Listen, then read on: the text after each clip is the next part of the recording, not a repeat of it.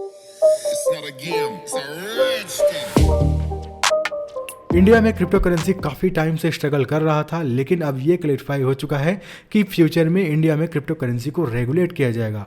हालांकि टाइम में जो इंडिया में 30% फ्लैट क्रिप्टो करेंसी का टैक्स है, ये काफ़ी ज़्यादा ट्रेंडिंग है। बहुत सारे लोग इस टैक्स के रूल से नाराज़ है, लेकिन आज के टाइम में ये आपके ऊपर है, आपको 30% टैक्स पे करना है या फिर नहीं करना है।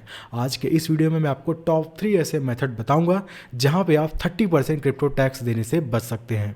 तो आइए हम सब कुछ डिटेल में जानते हैं। तो यहाँ पे जो फर्स्ट हमारा मेथड है जहाँ पे आप क्रिप्टो टैक्स बचा सकते हैं, वह है आपको होल्ड करना है लॉन्ग टर्म इन्वेस्टमेंट। जितने भी क्रिप्टो करेंसी है, अच्छे प्रोजेक्ट है, बिटकॉइन, इथेरियम, टॉप 100 में या फिर टॉप 10 में जो भी क्रिप्टो करेंसी आपको अच्छा प्रोजेक्ट लगता है, उसको आप लॉन्ग टर्म के लिए होल्ड कीजिए। उसमें आप टैक्स देने से बच पाएंगे। एक चीज़ याद रखिएगा, जब तक आप किसी क्रिप्टो करेंसी को सेल नहीं करते हैं तब तक आपको टैक्स नहीं देना है। और ऐसा हो सकता है 6 महीने 1 साल बाद कुछ ऐसे रूल्स हैं जिससे जो क्रिप्टो टैक्स है उसे रिड्यूस किया जाए या फिर इसे हटाया भी जा सकता है।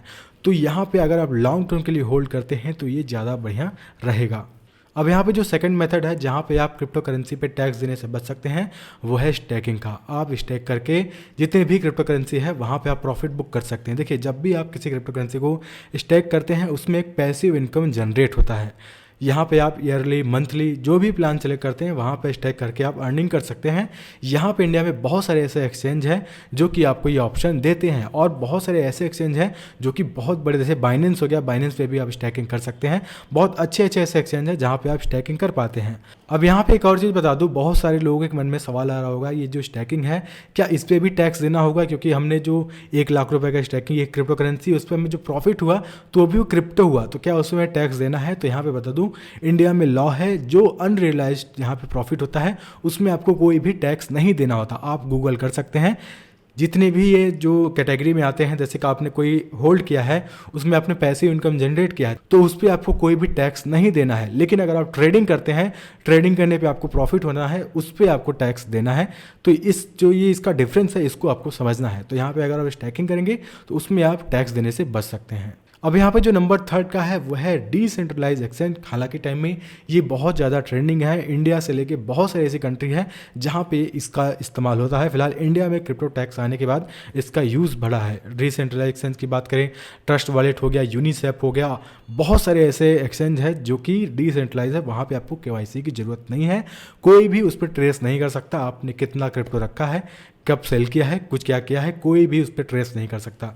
तो ये ऐसे एक्सचेंज होते हैं जिनका यूज़ किया जाता है और बहुत ही सिक्योर होते हैं, इनको कोई हैक भी नहीं कर सकता है।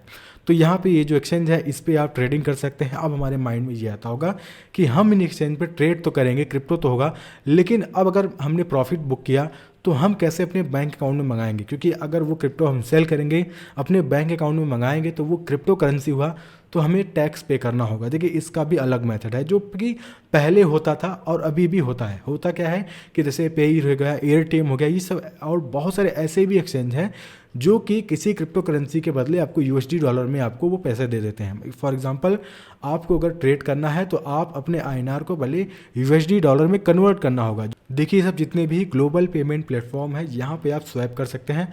आपके पास कोई भी क्रिप्टो करेंसी है, ये आपका स्वैप कर देगा USD डॉलर में। तो आप क्या कर सकते हैं, आप किसी क्रिप्टो में प्रॉफिट बुक किए हैं तो आप इनके प्लेटफॉर्म पे भेज दीजिए, ये क्या करेंगे, आपको स्वैप करके देंगे USD डॉलर में। फिर आप वो USD डॉलर अपने बैंक अकाउंट में मंगा सकते हैं, पेपाल, बहुत सारे मेथड के थ्रू, लेकिन आपको 2% बस टैक्स देना होगा।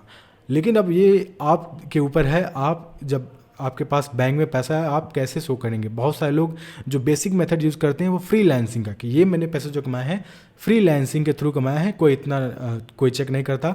आप बहुत सारे ऐसे लोग हैं जो दिखा देते हैं डेटा कि हमने फ्रीलांसिंग की थी, उसके बदले मुझे पेमेंट मिला है। तो ये जो पेमेंट आ रहा है वो USD डॉलर में आ रहा है, किसी क्रिप्टो में नहीं आ रहा है। तो इस तरीके से आप टैक्स देने से बच सकते हैं।